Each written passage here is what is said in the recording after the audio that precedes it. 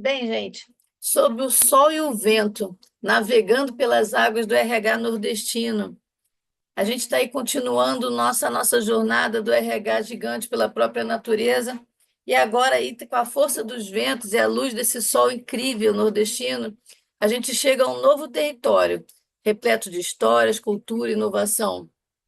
A região Nordeste sempre nos ensina sobre resiliência, criatividade e o poder da coletividade. A gente vê muito essa força do povo no Nordeste.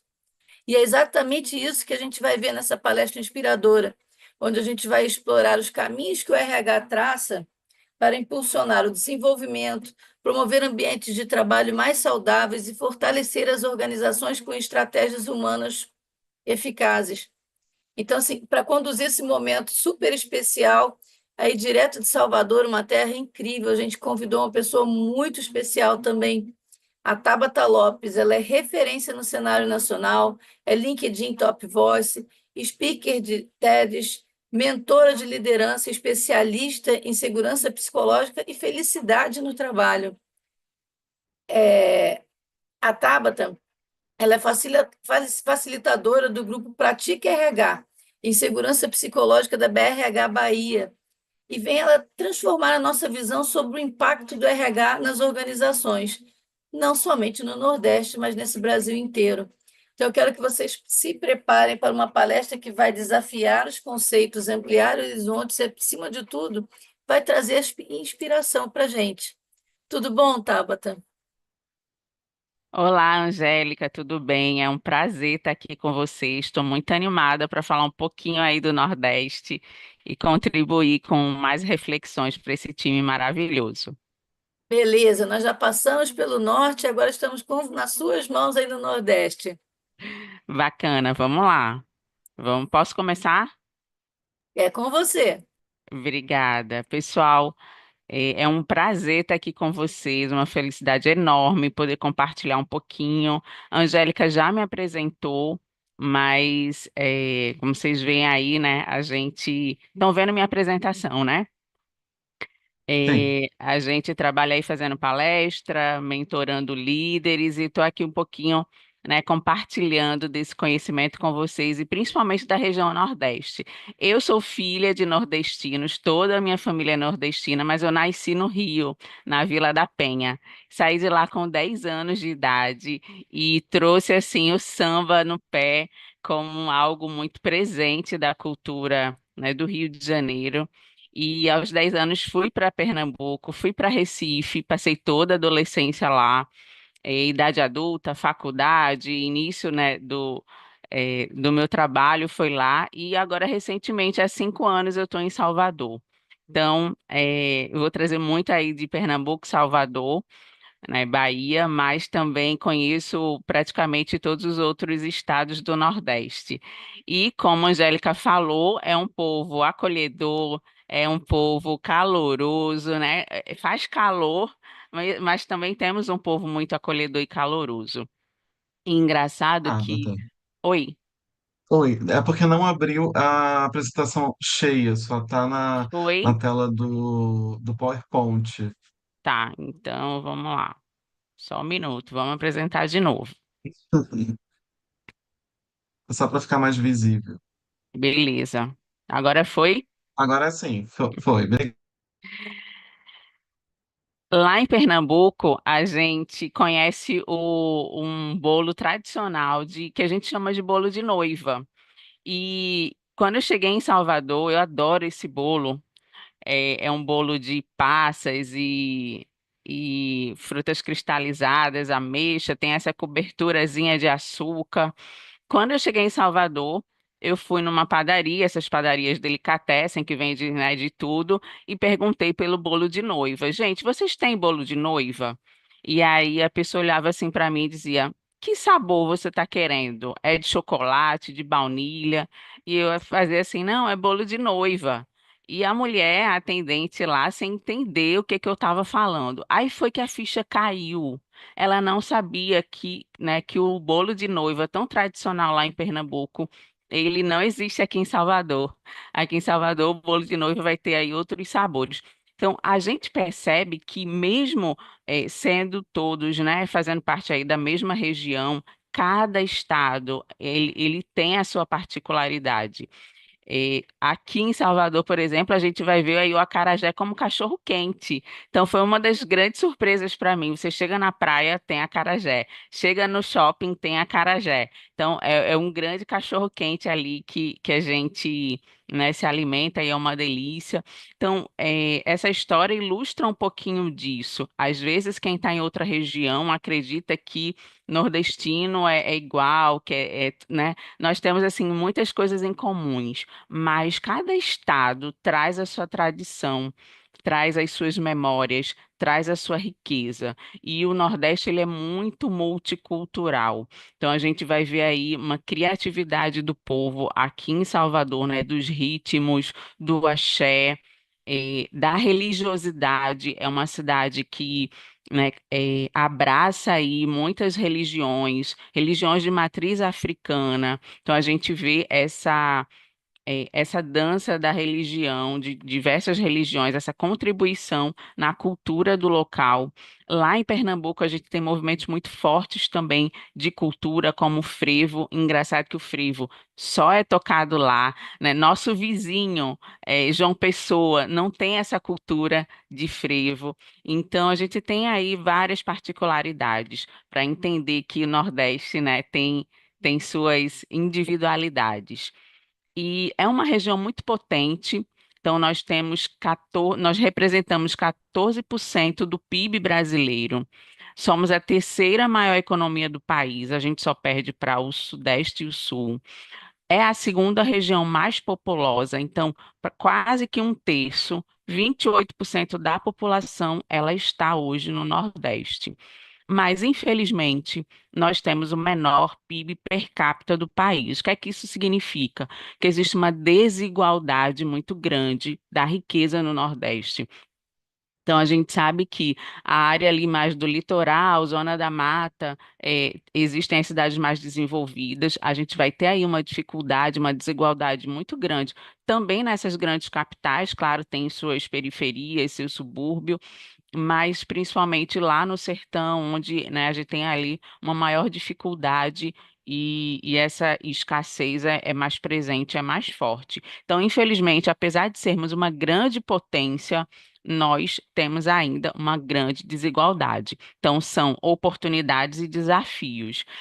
E a gente precisa olhar para a região Nordeste como um grande oceano de talentos. Eu moro aqui no litoral. Então, quando eu olho assim, a gente olha para o mar, a gente não consegue ver esses corais.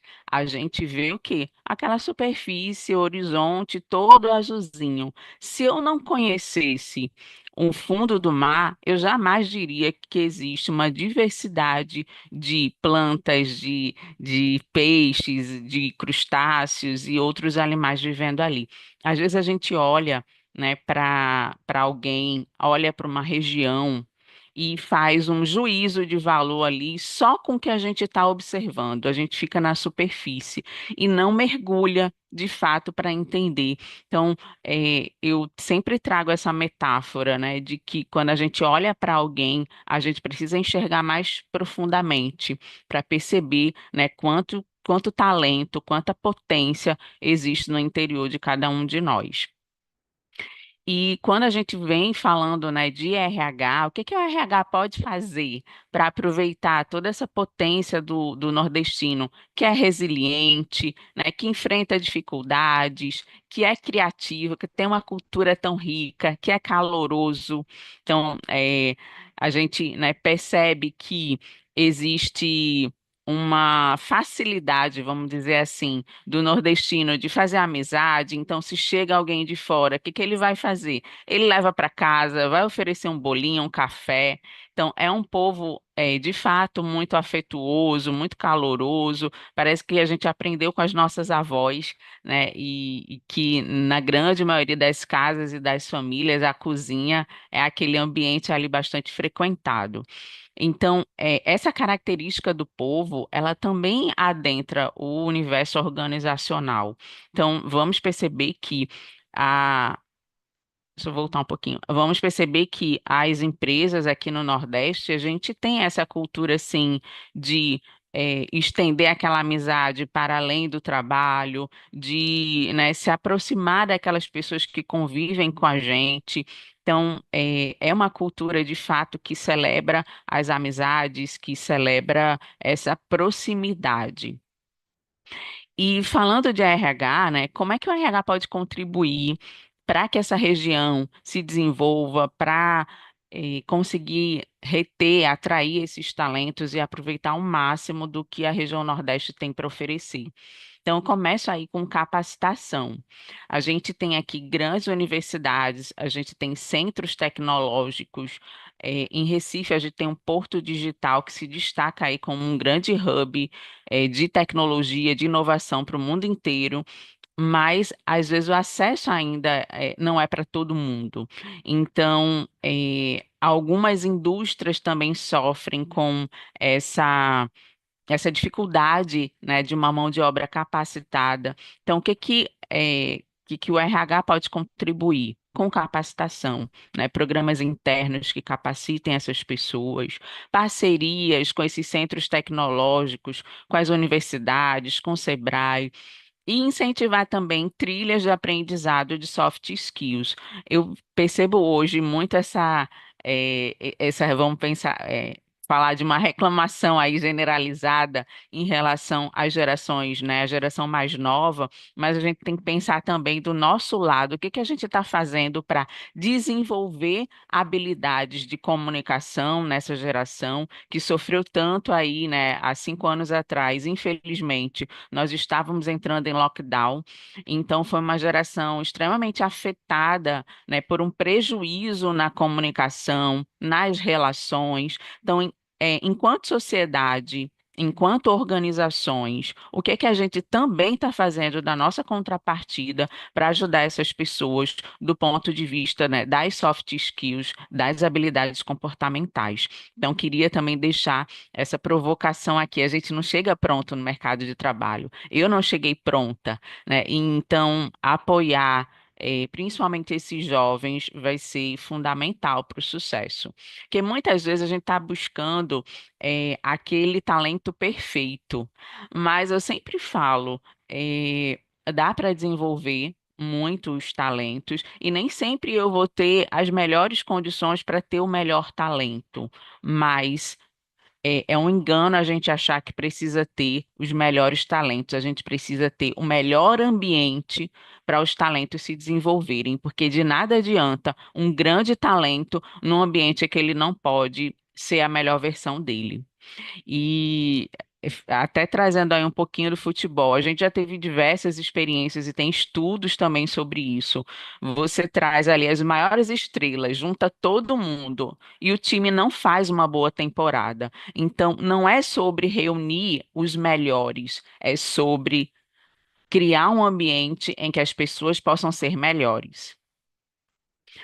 Um outro ponto que eu quero trazer é o ponto de desenvolvimento. Às vezes, né, a gente tem na empresa, e infelizmente, eu não tenho esse dado no Brasil, mas eu tenho um dado de uma consultoria americana que menos de 5% dos colaboradores são desenvolvidos, para a liderança, né? A gente tem um déficit hoje de desenvolvimento de liderança, e a grande maioria aconteceu comigo e acontece todos os dias, é que as pessoas chegam na liderança sem desenvolvimento. Então, sofre o líder e sofre a equipe, e sofre a empresa, né? Porque o resultado, vai ser mais, né, custoso, vai ser mais sofrido. Então, um ponto fundamental é também olhar para esse desenvolvimento, né? Às vezes é muito frustrante para uma equipe, por exemplo, aqui no Nordeste, às vezes uma empresa nordestina, mas na hora que é para contratar, né, uma liderança mais sênior, né, uma alta liderança, ela vem de fora. vem do eixo Rio e São Paulo. Então, a gente precisa olhar, né, e entender que é importante esse desenvolvimento com PDI, com programas de mentoria, desenvolvimento, para a gente valorizar esse talento da casa também, para que essas pessoas entendam que elas vão ter oportunidade de crescer, que na hora que chegar aquele, né, aquele momento, ela está preparada e não. A gente não vai precisar trazer essa mão de obra qualificada, essa liderança, esse executivo do mercado, mas do mercado de fora, né? Em detrimento das pessoas que estão ali todos os dias se dedicando. E o terceiro ponto que eu trago aqui também fundamental é retenção, né? É criar esse ambiente de trabalho seguro. Às vezes é o caso contrário, né? A empresa está lá no eixo sul, né? Eixo sul-sudeste, traz um talento nordestino e houve sim uma migração muito grande de pessoas que foram para esses grandes centros para trabalhar, né? A gente sabe que tem uma migração do nordestino para principalmente São Paulo, mas também outros estados do Sul e Sudeste, em busca de mais oportunidades e, né, entender até que ponto esse ambiente ele é seguro. Hoje, para retenção, né, a gente não pode deixar de considerar o bem-estar do colaborador, a saúde mental. Inclusive, né, com essas discussões, modificação da NR1, que a partir de maio passa a exigir o mapeamento dos riscos psicossociais. Então, a gente vai precisar olhar para esse bem-estar e saúde mental do colaborador. E um outro ponto também, se a gente está falando, né, o evento, o desafio RH Gigante, foi muito feliz de trazer as 5 regiões para a gente pensar nessa diversidade do Brasil. E a gente falando sobre diversidade, a gente também precisa entender sobre os benefícios, né? Porque às vezes a empresa tem um benefício que não está sendo aproveitado por uma parcela ali das pessoas. Então, quanto mais a gente torna esse benefício inclusivo e flexível, a gente favorece mais pessoas. Vou dar um exemplo. É, um benefício de atividade física, não vou nem falar aqui a marca, mas o benefício de atividade física que a gente oferece é muito bacana, muito legal. Mas se eu tenho colaboradores morando no interior, a maioria das academias do interior, sobretudo das cidades menores, não tem convênio. Então, é um benefício que esses colaboradores não podem utilizar. Então, sempre que a gente for oferecer alguma coisa, pensar, né? Como eu posso tornar isso mais inclusivo e flexível possível para que eu atenda a maior parte desses colaboradores, dessa minha força de trabalho? E vou abrir aqui também um ponto para deixar como reflexão, é sobre o trabalho remoto, porque o trabalho remoto, ele hoje abre uma oportunidade muito grande para o Nordeste.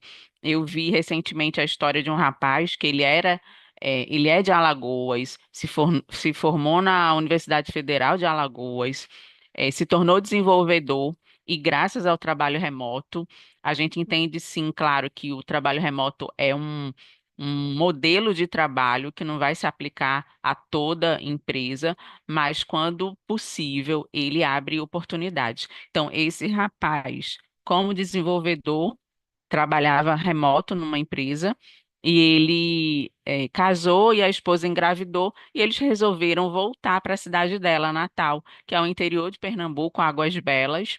E o que que aconteceu quando eles voltaram para Águas Belas? É uma cidade pequena que praticamente vive ali, né? A grande população vive da prefeitura. Essa esposa desse desenvolvedor abriu uma confeitaria e hoje emprega 5 pessoas. Então, quando a gente está olhando para o Nordeste, entendendo que é o menor PIB, é porque existe uma desigualdade, né, na distribuição de renda, e a gente dá a oportunidade né, de trabalhos que as pessoas podem continuar na sua cidade natal. A gente também está gerando ali uma renda, né? Está levando uma renda e desenvolvendo, ajudando o desenvolvimento daquela cidade. Então, eu vejo de forma positiva, né, esse modelo de trabalho com flexibilidade, com bem-estar e qualidade de vida, redução de custos e acesso a talentos, principalmente aqui na nossa discussão hoje, é acesso a talentos, porque eles estão espalhados em todo o Brasil. E, como eu falei, né, desempenho é um processo coletivo. A gente não pode olhar um talento e achar que ele vai ser um talento em qualquer lugar. Não vai. A gente precisa criar as condições para que as pessoas possam ser o seu melhor, sua melhor versão e, de fato, colocar esse talento para fora. E só para a gente entender, né, o que que acontece com o ser humano, com a gente, né? Por que que a gente tem, às vezes, dificuldade de performar?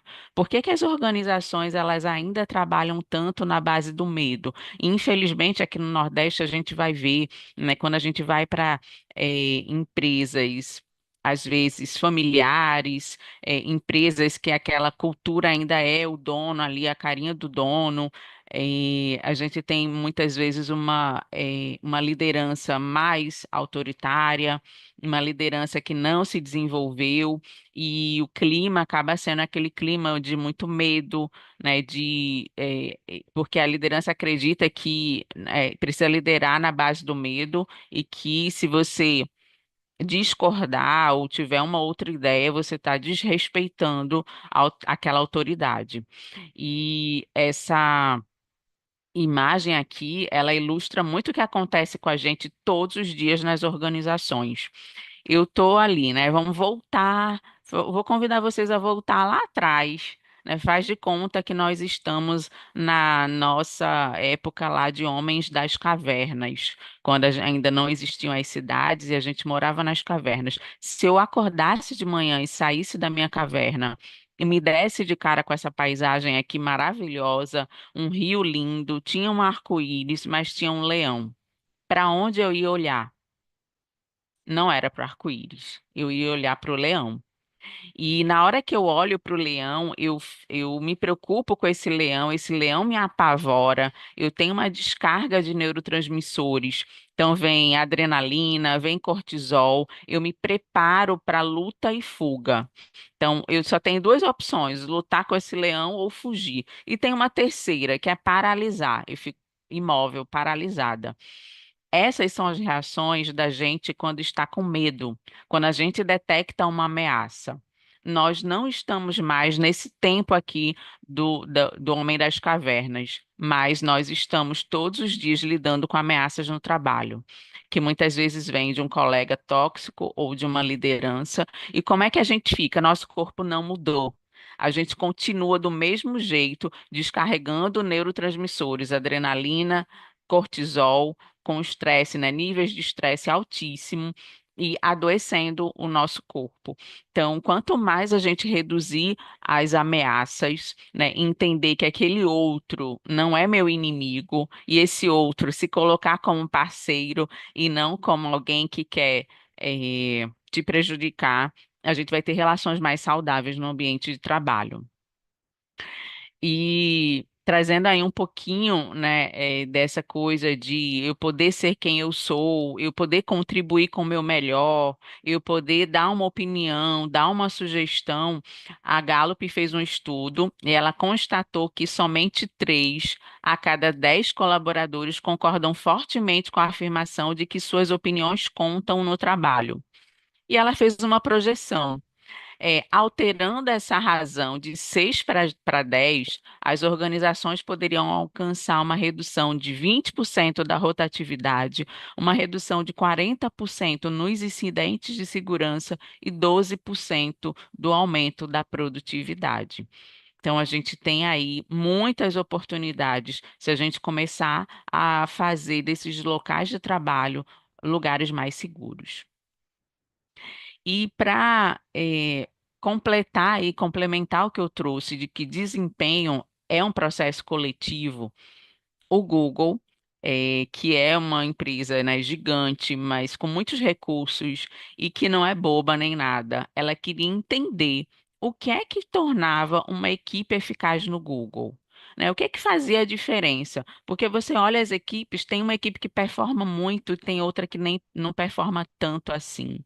Então, o que é que faz a diferença entre uma equipe muito boa e uma equipe que é mediana? Não são as pessoas que estão compondo essa equipe. Então, eles contrataram pesquisadores que, de fato, iniciaram esse projeto de pesquisa. O projeto se chamou Projeto Aristóteles, e eles avaliaram 180 equipes. Essas equipes, elas tinham em média 9 membros. Então, qual foi a conclusão desse estudo? Que segurança psicológica foi, de longe, o item mais importante para o desempenho das equipes, seguido de confiabilidade, estrutura, clareza, significado e impacto. Então, esse estudo, ele cravou essa descoberta de que não são as pessoas individualmente, é o time, é a equipe que faz o desempenho. Então, quando eu me sinto segura para compartilhar, para contribuir, para falar, né, para dar uma opinião, eu consigo performar muito melhor. E quando a gente fala aí de retenção, né, a gente não pode esquecer que eh, os nossos ativos saem pelo portão da frente toda noite, e é meu trabalho trazê-los de volta. A frase aí do fundador de uma grande empresa de tecnologia americana, o Jim Goodnight. Então, quando a gente pensa que, poxa, meu colaborador está saindo todo dia, eu preciso fazer com que ele queira voltar. O que é que o colaborador nordestino ele quer ver, né? Quando ele voltar, o que é que ele quer encontrar? Ele quer encontrar esse ambiente acolhedor, ele quer encontrar esse ambiente saudável. Na verdade, não é só ele, né? Hoje a gente entende que todo mundo deseja isso dos ambientes de trabalho. Ele quer encontrar a valorização das suas raízes, da sua cultura. Então, por exemplo, a gente tem uma festa aqui no Nordeste que é a festa para muitas pessoas mais importante do que o Natal. Pasmem vocês, e é o São João. O São João é uma festa gigante aqui. A gente, né, tem a cultura de comprar roupa nova para o São João. Desde criança, a gente tem aquela roupa nova que vai usar na noite de São João, a noite de São João, né, em junho. Então, é engraçado que outras regiões do país têm a festa julina, né, que acontece no mês de julho, mas o nosso São João mesmo é no dia de São João. A gente tem os três santos, né, desse mês de junho: Santo Antônio, São João e São Pedro.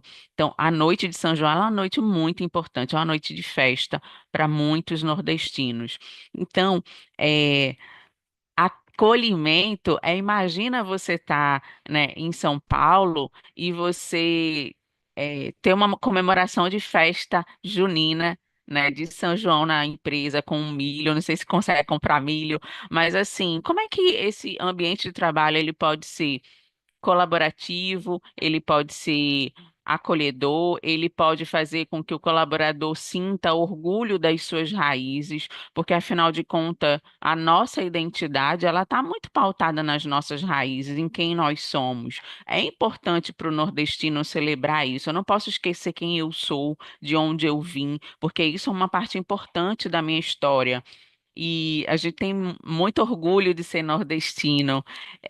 O pernambucano, ele tem um orgulho gigante da bandeira de Pernambuco. Eu acho que foi o povo que começou de fato a usar a bandeira como camisa. Foi o pernambucano, né, com esse orgulho de ser pernambucano. Então, por que não a gente valorizar essas tradições também? Então, fica assim essa provocação para o pessoal do endomarketing. Às vezes eu vejo as empresas estão celebrando o Halloween, é muito legal, bacana, mas entendendo que Halloween não é da cultura brasileira. Então, se a gente abre espaço para um momento, né, de Halloween, por que que a gente não abre espaço para os momentos que são de fato da nossa cultura?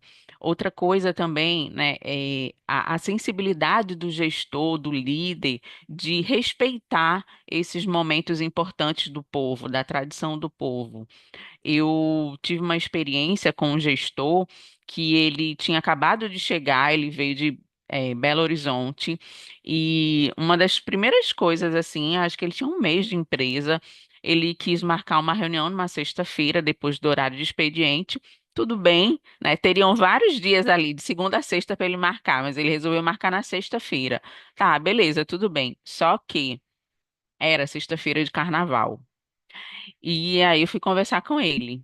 Olha, sexta-feira de carnaval é muito sofrido, não vai ter adesão, vai ser difícil, né, convencer as pessoas de participarem dessa reunião. Como é que eu vou conseguir fazer que as pessoas deixem de ir pro, né? Sexta-feira tá todo mundo, dá 5 horas da tarde, o pessoal tá pensando no carnaval. Aqui em Salvador, então, que o carnaval já começou antes, que nem aula tem na escola, na quinta e na sexta, mas assim, a gente percebe que às vezes é falta de sensibilidade, mas é também dinâmica de poder mostrar quem manda aqui, né? Eu quero, né? É o capricho do líder. Eu quero que seja assim. E nesse eu quero que seja assim, eu desrespeito às vezes as tradições e as raízes e o que é importante para um colaborador. Então, depois de muita conversa, ele resolveu ceder. E a gente não fez essa reunião porque realmente ia ser um fiasco, uma reunião depois do expediente na sexta-feira de carnaval.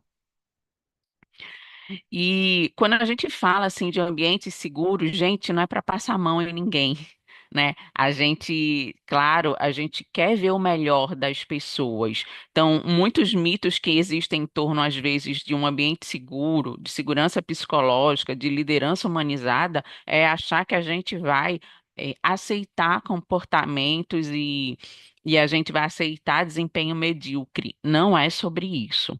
A gente vai sim desafiar a equipe, mas desafiar com equilíbrio. Por quê? Quando a gente desafia demais para um lado, a gente gera estresse. Quando a gente não desafia, a gente gera um tédio, um abatimento, né? Uma frustração. Então, encontrar esse equilíbrio que é onde mora o engajamento. E a gente precisa também trazer esse olhar, né, de que as pessoas são adultos. Essa frase viralizou no ano passado. Não se pode gastar tanto tempo contratando adultos e depois tratá-los como crianças. Então, tal líder ali, às vezes, sem confiar, fazendo microgerenciamento o tempo todo, é frustrante, é desgastante. E não é a melhor forma da gente aproveitar esses talentos, sejam eles de que região eles forem. Segundo o professor Schaufeli, que estuda engajamento, inclusive hoje existem várias linhas de pesquisa que estão começando a olhar para o engajamento como o oposto do burnout. Então, o engajamento seria o grande antídoto, né? Se de um lado o colaborador está esgotado, com burnout, do outro lado ele está engajado. E existem três pilares que compõem esse engajamento: vigor, que é a minha disposição mesmo física para trabalhar. A dedicação, ela diz respeito ao envolvimento emocional, por isso que eu coloquei esse coraçãozinho aí. Quando eu estou dedicada ao trabalho, eu tenho envolvimento emocional com esse trabalho. Esse trabalho é importante para mim, eu vejo sentido nele.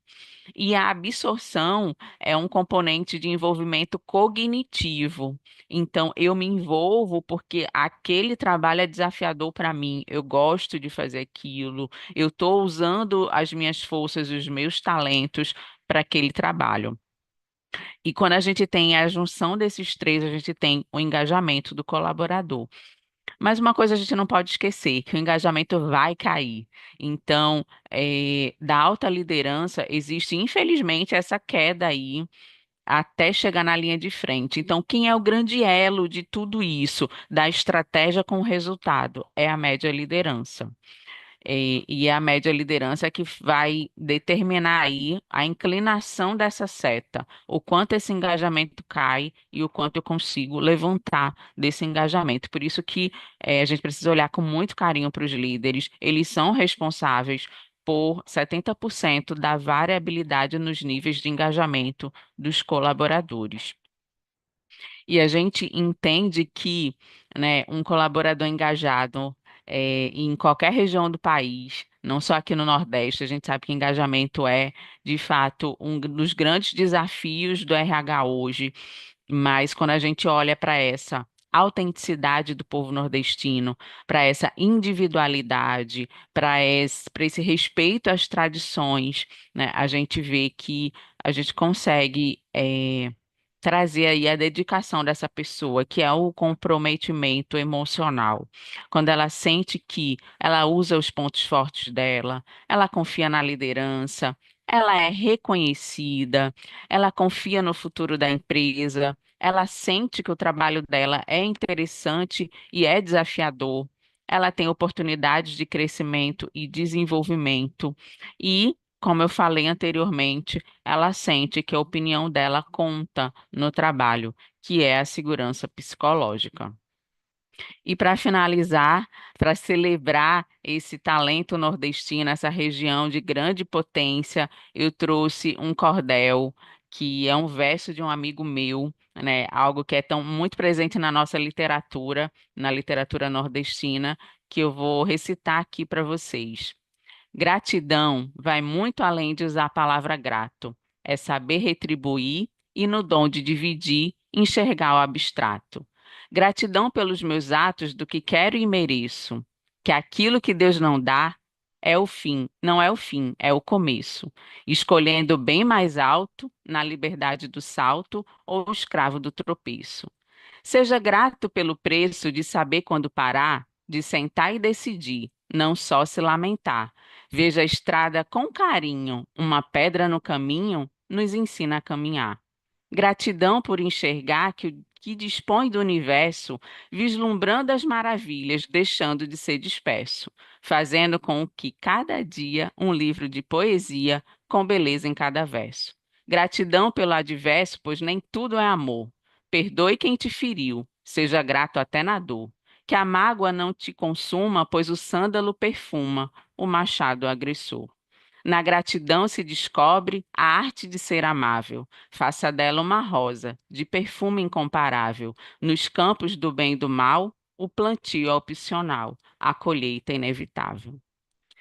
Gente, foi um grande prazer estar aqui com vocês. Queria deixar minhas redes sociais, né, fazer um convite também para estarem comigo na semana que vem, em celebração ao Dia da Mulher. Eu vou fazer uma palestra sobre liderança feminina. Então, fica aí o convite para todos vocês e muito obrigada. Tabata, a gente que agradece. Deixa eu ver aqui com o André se a gente tem alguma pergunta. Temos sim. Recebemos algumas perguntas aí ao longo da apresentação. A primeira foi do Leandro Alves, e ele pergunta quais são os maiores desafios na atração e retenção de talentos nas empresas.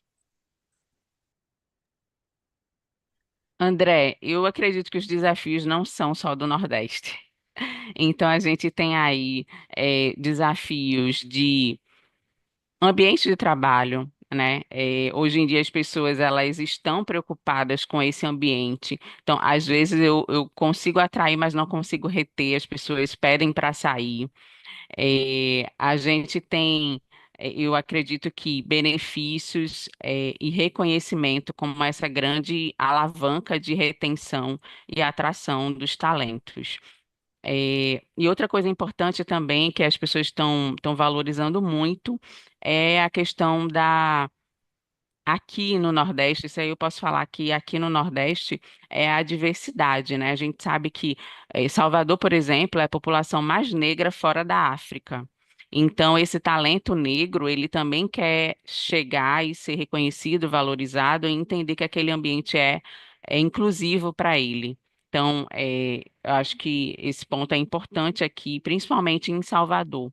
Com essa, né, a gente olha a cidade, ela de fato é a cidade fora do continente africano com maior número de negros. Tabata, a próxima pergunta, ela também fala dessa questão aí de retenção de talentos. André Bernardino, que colocou aqui a pergunta, e ela pergunta assim: quais as estratégias a empresa pode buscar para atrair e reter os seus talentos? Olha, vamos lá, né? Estratégias. A gente vai ter, eu acho que esse ambiente, né, como eu falei, a capacitação e desenvolvimento também é importante, as pessoas elas sentirem que elas podem crescer nessa empresa. Isso também faz a diferença. Mas eu costumo falar que E, oi, nada faz mais diferença do que a experiência do colaborador no dia a dia. Então, eu vejo muita experiência do colaborador olhando para além do endomarketing, sabe? Muitas vezes o colaborador chega e ele é bem recebido, tem um onboard lindo, tem ali um kit de boas-vindas, né? Às vezes tem um recadinho, um chocolate na mesa dele, tudo maravilhoso no primeiro dia. Mas e o segundo dia? E o terceiro dia? E depois de um mês? Então, olhar para essa cultura e entender se esses talentos estão sendo valorizados, reconhecidos, se essa experiência se sustenta ao longo do tempo, porque não é um dia que vai conseguir reter o colaborador. Então, acho que a gente precisa olhar para a experiência do colaborador. Entendendo que ela é feita todos os dias e, principalmente, ela é feita pela liderança, que é quem está ali diretamente com esse líder. Então, assim, mais uma vez reforçando, né, a necessidade de investir, às vezes é no desenvolvimento da liderança, para a gente garantir essa experiência do colaborador mais segura, saudável e produtiva para quem está ali. ok. A próxima pergunta aqui é da Alessandra Barros, e ela pergunta qual o primeiro passo para impulsionar o mercado do Nordeste, superando a escassez de talentos e a baixa de produtividade. Olha, escassez de talentos é como eu falei, depende do mercado. Então, por exemplo, a gente olha para a construção civil, a gente vai ter uma escassez de talentos, porque se você pensar hoje nos jovens, né, eles estão correndo de alguns mercados, é, e a gente tem escassez de talentos na construção civil. O que que a gente tem que fazer? Capacitar. Então, a gente traz, né, aquela pessoa e vai precisar montar ali uma escola dentro, né, da empresa para poder, e tem parceiros para fazer isso, para desenvolver esses talentos. Então, vai depender muito do mercado. Então, construção civil tem sido um desafio, varejo tem sido outro desafio, principalmente, né, por causa das escalas de trabalho. O jovem vai procurando outras alternativas, mas, assim, às vezes vai para o varejo quando não tem outra alternativa. E aí. A capacitação, como eu coloquei na apresentação, acaba sendo uma das estratégias para suprir essa dificuldade. E, mas tem mercados que a gente não tem escassez, como, por exemplo, tecnologia hoje, que a gente tem em Ceará, Pernambuco e Bahia, com grandes centros tecnológicos já, com profissionais e talentos que estão saindo daqui, né? Então, vale muito a pena, expandir né, pensar sobre o modelo remoto, eu acho que é uma das coisas, para poder ver se a gente consegue dar oportunidade para essas pessoas não precisarem sair do Nordeste para arrumar um emprego fora, né? Ok, Tabata. A próxima pergunta é da Maria Eugênia, e ela pergunta: muitas pessoas de outras regiões que são contratadas por empresas no Nordeste e vice-versa encontram dificuldades na adaptação por conta do estilo de vida e valores. E como o RH deve trabalhar nessa retenção? Agora é o contrário, né? A pessoa que vem de fora. É, Eu acho que o RH pode contribuir, né, com segurança psicológica, né, fomentando o tema quando a gente pensa em inclusão, não é só, existe a inclusão também das pessoas que são de fora, né, de outros, até de outros países, de outras culturas, vai ser aquela pessoa diferente que precisa ser incluída. Então, quando a gente, né, olha para isso, desenvolver segurança psicológica e desenvolver a inclusão das pessoas, independente, né? Não é só raça, não é só gênero, é também essa necessidade de incluir pessoas diferentes, que pensam diferentes, que vieram de lugares diferentes e têm culturas diferentes. Então, fomentar o tema, fazer letramento, acredito que assim a gente vai tendo espaços mais seguros, tanto para quem sai do Nordeste e vai para outra região, como o contrário, né? Aquele que vem de outra região e vem trabalhar aqui no Nordeste. Ok, agora a última pergunta aqui que chegou da Ana Clara. É, ela pergunta em empresas de gestão familiar, cuja cultura é bastante rígida, como controlar a adaptação de novos talentos vindos de outros estados? É um desafio. Principalmente porque, assim, a gente precisa ter o apoio da alta liderança para fazer mudanças mesmo, para poder. A cultura, ela é uma soma de todo mundo, mas ela também tem muito do fundador e tem muito da alta liderança. Então, é um desafio. Mas a gente vai fazendo a nossa parte, começando de onde está. Eu sempre digo assim: começa com o que você tem, começa de onde está. Eu falo, um dos meus trabalhos é segurança psicológica. Eu estava numa discussão e a pessoa disse assim: Tabata, eu não posso nem chegar aqui e dizer, vamos fazer um treinamento de segurança psicológica, porque vai ser um tumulto. A gente pode nem falar esse nome aqui. Mas o que é que você pode falar? Você pode falar de feedback? Vamos fazer um treinamento de feedback. Você pode falar de quê? De comunicação não violenta? Vamos falar de comunicação não violenta? Olha para os teus dados. Qual é o dado? Qual é o número que está ruim? Vamos ver como é que a gente melhora esse número, qual é a estratégia. Então, turnover está alto e não deveria estar maior do que a média do setor. Por que que as pessoas estão pedindo para sair? Mostrar o custo dessa pessoa que sai, até eu conseguir contratar outra. Dizem que às vezes um talento ele custa 6 vezes, né? Se ele pede para sair, ele custa 6 vezes o salário dele, 6 salários, até que eu vou ter um investimento numa nova contratação, treinamento do novo colaborador, uma curva de aprendizagem até esse colaborador de fato conseguir performar. Então, olha qual é o número, qual é a porta que está mais aberta. Talvez não seja a porta da segurança psicológica, mas tem uma porta do turnover, tem uma porta que eu posso incluir ali uma comunicação não violenta, tem agora os riscos psicossociais. Então, olha qual é a porta que está mais aberta e entra, aproveita essa brecha. Ok, Tabata, Angélica, essa foi a última pergunta.